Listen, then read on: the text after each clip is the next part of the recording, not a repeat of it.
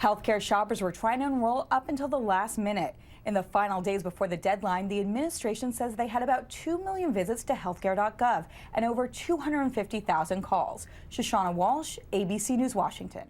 I want to bring in ABC's Shoshana Walsh in Washington to talk a little bit more about this. A very publicly watched race, though, is it not? It was, and he gave several interviews afterwards that it was very difficult to stomach that kind of huge loss, even through friends. And so this is just another absolutely tragic situation. And now we're joined by Shoshana Walsh, who has been traveling across the country for ABC reporting on this issue. Shoshana, thanks so much for having you here. Thank you, Jorge. Will that give Republicans a chance without immigration reform, or immigration reform is a prerequisite for Latinos to take a new look on Republicans? Well, I think it's a really important issue, but I think that with a certain candidate, a lot of Hispanic voters would support a Republican. But I think it really also depends not just on policy, but language. Christie's party is here on the boardwalk in Asbury Park. Now, of course, Asbury Park is home to Bruce Springsteen. And who's the boss's biggest fan? Well, Chris Christie. Six and I say they will stay open for the remainder of the shutdown. And with the Republicans in Congress and the president still deadlocked, it looks like these workers could be playing political ping pong for quite a while to come. Shoshana Walsh, ABC News, Washington. The city wouldn't respond directly to the family's concerns, but stressed that the sifting of this new material shows that they are fulfilling their promise to the families to try to identify as many World Trade Center victims as possible using the latest technology. At Fresh Kills, Shoshana Walsh, New York 1. At the PAC National Constitution Center Tuesday evening, the former Secretary of State referenced President Obama's speech. Hillary Clinton again expressed her support for his efforts on Syria and to hold the Bashar al-Assad regime accountable. That violates a universal norm at the heart of our global order, and it demands a strong response from the international community led by the United States. This debate is good for our democracy. The former and possibly future presidential candidate was awarded the organization's 2013 Liberty Medal at the event hosted by ABC's Elizabeth Vargas. Clinton focused her remarks on the dangers of partisan gridlock. When we let partisanship override citizenship, when we fail to make progress on the challenges facing our people here at home, our standing in the world suffers. The event also featured a performance from singer Amy Mann. And another possible presidential candidate, Jeb Bush, the chairman of the National Constitution Center, also spoke.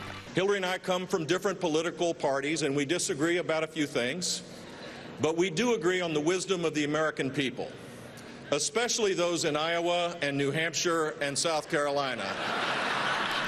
Hillary Clinton met privately with President Obama this week and held a high-dollar fundraiser for the Clinton Foundation, along with daughter Chelsea and husband, former President Bill Clinton, at their Washington residence.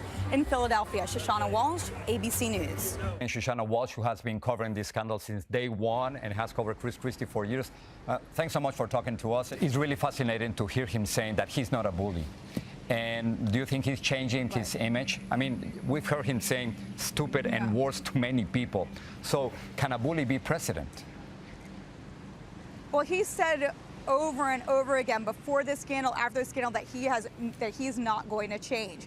But that really is the question. Whether he says he's not a bully, it's whether the American people interpret that. If he looks like a bully, does he seem like a bully? How does this play in Council Bluffs, Iowa? How does it play in Nashua, New Hampshire? Do they like that New Jersey style, or is it too much for them? 25-year-old Desiree Holler came to the Martin Luther King Jr. Memorial Library this week to sign up for Washington, D.C.'s healthcare exchange in person.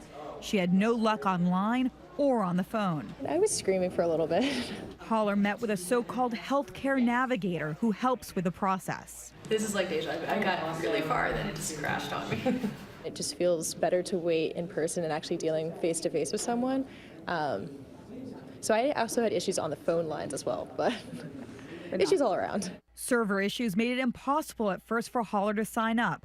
Ultimately, she was successful. Not so for 56-year-old Liz Meitner. She said she has been trying to enroll since day one, October 1st. I'm almost in shock. It's just hard to believe that they could be so inefficient with something so important. absolutely important. I'm grateful I don't have a serious chronic life or death condition.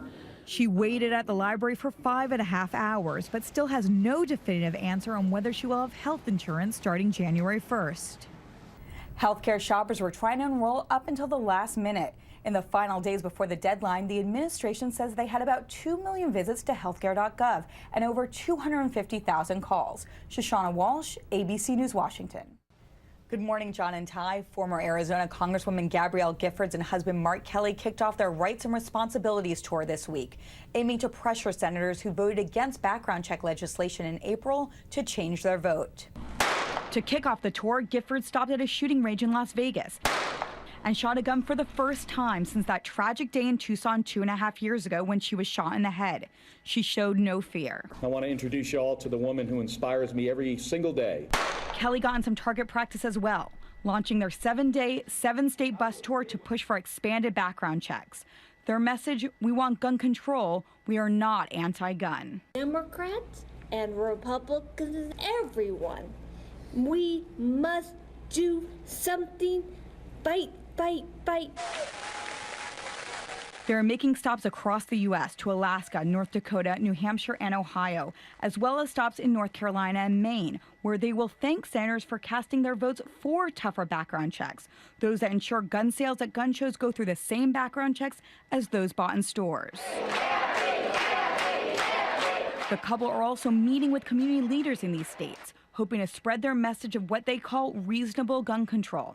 They launched Americans for Responsible Solutions in January after the Sandy Hook school shooting. Through our research, we have found that a lot of criminals buy guns at gun shows and over the internet, and that needs to change. An ABC News poll in April showed 86% of Americans support extending background checks to gun sales at gun shows and online.